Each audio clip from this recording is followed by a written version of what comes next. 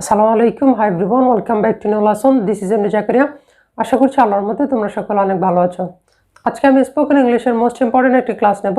আশা করি লেসনটি শেষ পর্যন্ত দেখবা। So let's get started.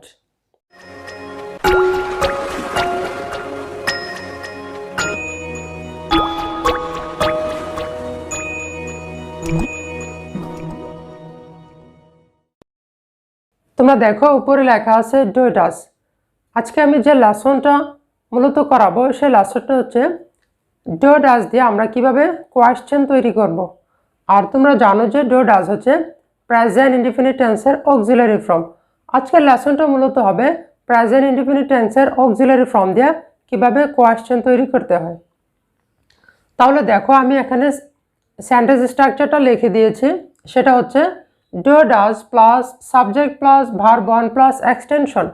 অর্থাৎ যখন আমরা অক্সিলারি ফর্ম দিয়ে কোয়েশ্চেন তৈরি করব তখন সেন্টেন্সের শুরুতে অক্সিলারি ফর্মটা বসবে, তারপরে সাবজেক্ট, তারপরে ভার্ব ওয়ান, তারপরে এক্সটেনশন। এই রুলটা ফলো করে আমরা এই নিচের সেন্টেন্সটাকে এখন ট্রান্সলেট করার চেষ্টা করব। তাহলে দেখো কি হয়। নিচের সেন্টেন্সটা হচ্ছে তুমি কি জাকারিয়া ইজি ইংলিশের ভিডিও দেখো। এখন স্ট্রাকচার হচ্ছে do does plus subject plus verb one plus extension. এখন তোমাদের প্রশ্ন জাগতে পারে যে এখানে কি ডু হবে না ডাজ হবে। তোমরা অলরেডি জানো যে প্রেজেন্ট ইনডিফিনিট টেন্সে যখন সাবজেক্টটা থার্ড পারসন সিঙ্গুলার হয় তখন তখন ডাজ ইউজ হয়, আর যদি থার্ড পারসন সিঙ্গুলার না হয় তখন ডু ইউজ হয়। আর এখানে সাবজেক্ট হচ্ছে তুমি। তুমি কি থার্ড পারসন সিঙ্গুলার? অবশ্যই না। তাহলে এখানে কি ইউজ হবে? ডু ইউজ হবে। তাহলে আমরা লিখি ডু। তারপরে সাবজেক্ট কি? এখানে সাবজেক্ট হচ্ছে তুমি। তুমি ইংরেজি হচ্ছে ইউ। তাহলে আমরা ডু ডাজ ইউজ করলাম, সাবজেক্ট ইউজ করলাম, তারপরে ভার্ব ওয়ান। এখানে ভার্ব ওয়ান কি? দেখো দেখো ইংরেজি হচ্ছে ওয়াচ। তারপরে এক্সটেনশন। এক্সটেনশন হচ্ছে এই পুরোটা, বাকি যে সেন্টেন্সটা আছে পুরোটা হচ্ছে এক্সটেনশন। তাহলে এটা কি হয়? The video of Zakaria easy English, তারপরে প্রশ্নবোধক চিহ্ন। তাহলে তোমরা দেখো তুমি কি জাকারিয়া ইজি ইংলিশের ভিডিও দেখো। তাহলে এটা ইংরেজি কি হয়েছে?